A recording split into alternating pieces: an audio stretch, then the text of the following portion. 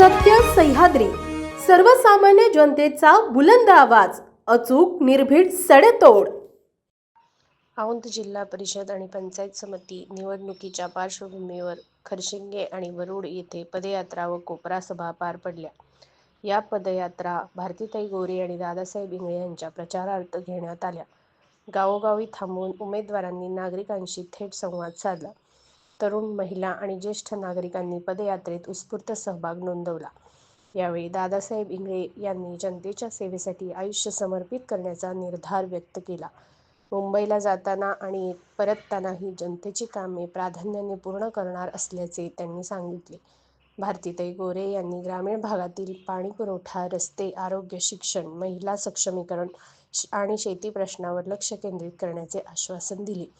प्रत्येक समस्या समजून घेऊन त्यावर सातत्याने पाठपुरावा केला जाईल असे त्यांनी स्पष्ट केले। पदयात्रा आणि कोपरा सभांमुळे परिसरात निवडणूक वातावरण तापले असून प्रचाराला वेग येत असल्याचे चित्र दिसत आहे। संकेत इंगळे, सत्य सह्याद्री न्यूज नेटवर्क, औंध।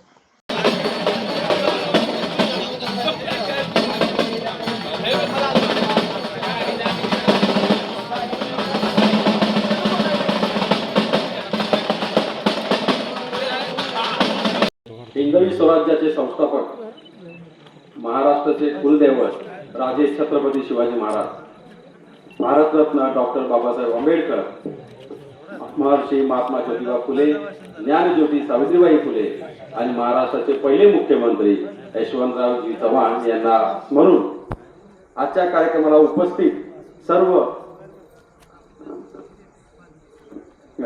खरसिंगे येथील सर्व ग्रामस्थ, महिला आणि बंधू भगिनींनो, बोलायला खरोखरी सुरुवात सर्वच सांगितलं की आपल्या विकासाची गंगा आहे जी आपल्या खटाव महामध्ये वाहत आहे आणि ही खंडित होता कामा नये। कारण आपल्या महाराष्ट्राचे ग्रामविकास मंत्री जयाभाऊ ज्या तळमळीने काम करतायत ते तुम्हाला सर्वांना दिसतंय की ज्याप्रमाणे आपल्या प्रत्येक रस्त्याची कामं चालू आहेत, त्यांच्याकडे ग्रामविकास खाता असल्यामुळे महत्वाचं काम म्हणजे ते ग्रामविकास रस्त्यांची कामं मोठ्या प्रमाणात चालू आहेत। तसंच सर्व पंचायती त्यांच्याकडे असल्यामुळे आपल्याकडं ज्या गावाच्या ग्रामपंचायत आहेत हा त्याचा सर्व कारभार त्यांच्या हातात आहे। त्यामुळे ते पूर्ण महाराष्ट्राचा कारभार बघताना त्यांचं लक्ष हे खटाव मानवर अधिक आहे आणि ते असणारच आहे। पहिल्यांदा आज भारताचा प्रजासत्ताक दिन आहे। 77व्या प्रजासत्ताक दिनाच्या निमित्तानं मी सबंध खरशिंगेवासियांना, औंध गटातील सर्व नागरिकांना मी प्रजासत्ताक दिनाच्या मनपूर्वक हार्दिक शुभेच्छा देतो। आज हाच दिवस आहे ज्या दिवशी भारतानं खऱ्या अर्थानं संविधान स्वीकारलं आणि 2014 पासून भारतीय जनता पार्टीनं त्या संविधानाला बळकटी दिली। भारतीय जनता पार्टी ही जगातला सगळ्यात मोठा पक्ष आहे, सगळ्यात जास्त सभासद असणारी ही पार्टी आहे आणि खऱ्या अर्थानं ही निवडणूक जी पंचायत समिती आणि जिल्हा परिषदेची निवडणूक आहे, ही तळागाळातल्या मित्रांनो प्रश्नाची निवडणूक आहे। या ठिकाणी आपल्याला तळागाळातले प्रश्न आपल्याला या निमित्तानं सोडवायचे आहे। आता बरीचशी लोक येतील, काहीतरी आश्वासनं देतील, बरीचशी लोक येतील, काहीतरी थपाबाजी करण्याचा, स्टंट करण्याचा प्रयत्न करतील। कारण बऱ्याच लोकांना चंदूदादा या ठिकाणी स्टंट करण्याची सवय आहे, त्या गटाला सवय आहे आणि लोकांनाही ती सवय आता अनवळणी पडली। आता निवडणूक आली, लोक येणार पाणी प्रश्नावरती बोलणार, लोक येणार इथल्या मूलभूत सुविधांवरतीच बोलणार।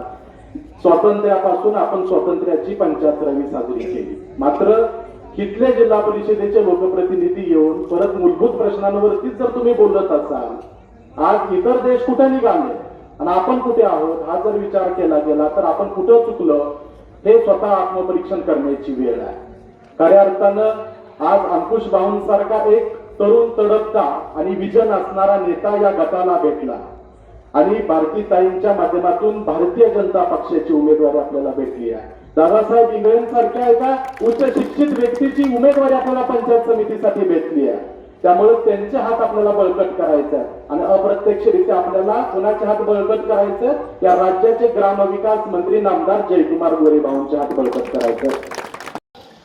पण सुदैवानं यमाईच्या आशीर्वादानं आरक्षण ओबीसी पडलं आणि मायबाप जनतेचा कौल त्याच दिवशी लक्षात आला पण आपल्याला जबाबदारीने एक गोष्ट मला सांगायची आहे अंकुश भाऊ, या लोकांना समजावून सांगावं लागेल की आपण 4 वेळा जयाभाऊंना आमदार केलं, जयाभाऊंनी या भागात विकासाची कामं केली.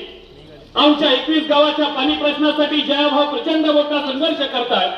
जयाभाऊंना या राज्याच्या ग्रामविकास खात्याची जबाबदारी मिळाली, पण हे ग्रामविकास खातं जयाभाऊ सांभाळत असताना त्या ग्रामविकास खात्याअंतर्गत जिल्हा परिषद आणि पंचायत समिती येते. आणि जेव्हा आपला नेता राज्यात ग्रामविकास खात्याचा मंत्री म्हणून काम करतो तेव्हा त्यांच्या विचाराचा जिल्हा परिषद सदस्य असला पाहिजे. आणि म्हणूनच खऱ्या अर्थानं भारतीताई सारखा एक उमेदवार आपल्याला या जिल्हा परिषद गटामध्ये मिळालाय. येत्या 5 तारखेला निवडणूक आहे. मला माहिती आहे भाऊ, या जिल्हा परिषद गटानं भरभरून प्रेम आपल्या पाठीमागे उभं केलं. सांगितले की भारताला स्वातंत्र्य मिळाल्यापासून या खटावच्या पंचायत समिती वरती आतापर्यंत भारतीय जनता पार्टीचा झेंडा कधीही फडकला नव्हता. पण यावेळेस जयाभाऊंनी सांगितलं म्हणजे खटाव तालुक्यावरती भारतीय जनता पार्टीचा झेंडा फडकणार आहे. कारण जयकुमार गोरे जे बोलतात ते करतात आणि म्हणूनच या भागामध्ये खऱ्या अर्थाने विकासाची चळवळ उभी राहते. अनेक लोक म्हणतात आम्ही हे करू आम्ही ते करू, पण मला सांगायचं आहे आपला नेता ग्रामविकास खात्याचा मंत्री आहे. ग्रामीण भागाची विकासाची चळवळ उभी करण्याची जबाबदारी देवाभाऊंनी त्यांच्या खांद्यावरती दिली आहे. ताज्या बातम्या, सखोल विश्लेषण, विशेष मुलाखती पाहण्यासाठी सत्य सह्याद्री YouTube चॅनल सबस्क्राईब करा आणि हो, बेल आयकॉन दाबायलाही विसरू नका.